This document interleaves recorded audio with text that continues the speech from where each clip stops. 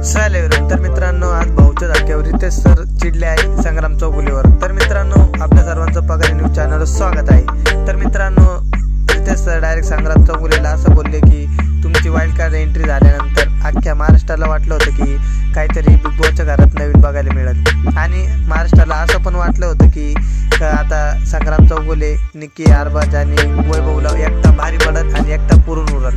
तर मित्रांनो, Riteish sir direct संग्राम चौगुलेला असं बोलले की आम्हाला वाटलं होतं का काहीतरी तुम्ही बिग बॉस मध्ये आल्यानंतर काहीतरी वेगळं बघायला मिळेल आणि बिग बॉसचा गेम आता सध्या चेंज होऊ शकतो। तर मित्रांनो, रितेश सर डायरेक्ट त्यांना असं बोलले की तुम्ही गेम तर काही चेंज केला नाही आणि तुम्ही बिग बॉसच्या घरात दिसतच नाही। आणि मित्रांनो, रितेश सर डायरेक्ट संग्राम चौगुलेला असं पण बोलले की तुम्ही मिस्टर आहे पण तुम्ही बिग बॉसच्या घरात डायरेक्ट मिस्टर इंडिया बनून राहत आहे, तुम्ही दिसतच नाहीये संग्राम। तर मित्रांनो, डायरेक्ट रितेश सर डायरेक्ट संग्रामला असं बोलले की तुम्ही बिग बॉसच्या घरात दिसतच नाही, तुमचा गेम दिसूनच येत नाही। तर मित्रांनो, आता पुढील एपिसोडमध्ये आपल्याला संग्राम चौगुलेचा गेम प्ले चांगला बघायला मिळू शकतो आणि गेम आता चेंज होऊ शकतो, बिग बॉस मध्ये थोडा बघायला इंटरेस्ट भेटू शकतो। बघू आता काय होतं काय नाही।